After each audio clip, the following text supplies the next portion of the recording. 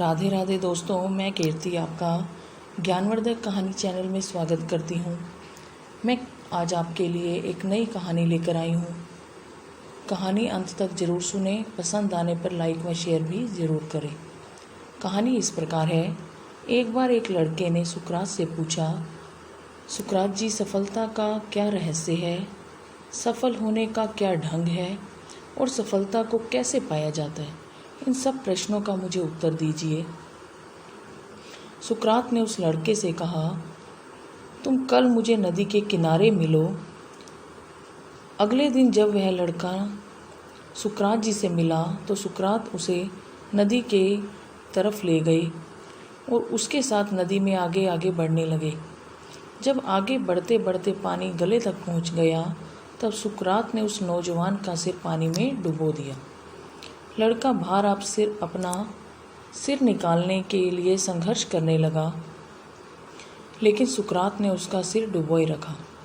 सुकरात ने थोड़ी देर बाद उसका सिर पानी से बाहर निकाल दिया और बाहर निकालते ही लड़के ने सबसे पहले तेजी से हांफते हांफते सांस ली। जब वह अपनी सही स्थिति में आ गया तब सुकरात ने उससे पूछा कि यह बताओ, जब तुम्हारा सिर पानी में था तब सबसे ज़्यादा तुम क्या चाहते थे?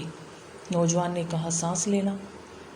सुकरात ने कहा, जिस प्रकार उस समय तुम्हें केवल सांस लेने की सूझ रही थी बजाय अन्य बातों के, उसी प्रकार जब हम हमारे जीवन में सफलता पाने के लिए उस जुनून को जीवन का अंग बनाकर जीवन में संघर्ष करते चले जाते हैं, सब कुछ भूल जाते हैं कि आसपास हमारे क्या हो रहा है, क्या स्थिति है, क्या परिस्थिति है, तो अंत में हमें सफलता अवश्य मिलती है।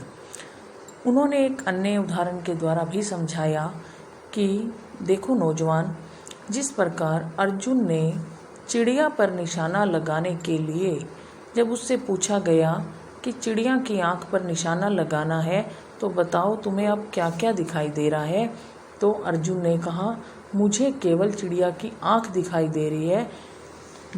बल्कि अन्य शिष्यों ने कहा कि उनको पेड़ के पत्ते, अन्य पक्षी, टहनियाँ सब नज़र आ रहा है।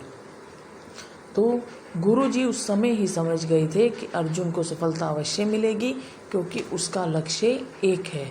जब हम लक्ष्य एक निर्धारित करते हैं, उसकी ओर निरंतर प्रयास करते हुए बढ़ते चले जाते हैं तो हमें सफलता अवश्य मिलती है।